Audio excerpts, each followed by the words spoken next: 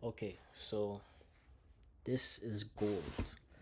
This signal was sent out today, and right now we're sitting at 3R. Let's have a look at the Telegram chat. Gold 5 minutes.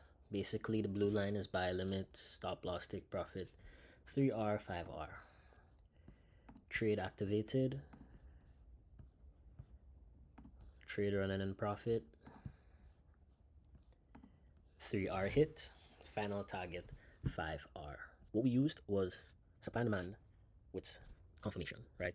Supply and demand, time frame alignment. You have to know how to use the different time frames for supply and demand. So we had a 1 hour zone, a 5 minute entry. Simply put, I'm going to be recording these trades to use as case studies, right? Case studies, so in the future, when someone decides to learn, they can just look at these videos and see the trade ideas.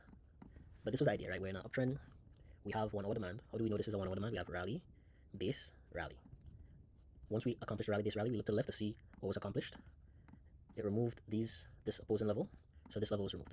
So this 1 hour demand is responsible for removing this 1 hour supply, right? Now, once the market gets back down into 1 hour demand, we then look for 5 minute confirmation, because it's always a 5 minute time frame with the 1 hour, right? There's two ways you can enter. You can either enter on a 5 minute zone nested in the 1 hour, or you can wait for 5 minute confirmation once the market hits the 1 hour zone.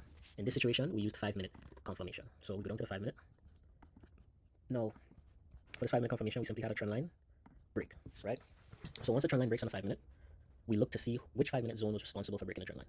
We identify this drop base rally right here, which broke the trend line, and that's how we identify our entry, right? So the market was just hovering above at the time, and we set our buy limit and we set our target. Now, just to recap, we had qualified 1 hour demand. The market tapped into the 1 hour demand, came up, broke the trend line on the 5 minute, and we entered on the zone responsible for breaking the trend line, targeting 1 to 3, or you can target the highs. But to keep things static, we targeted 1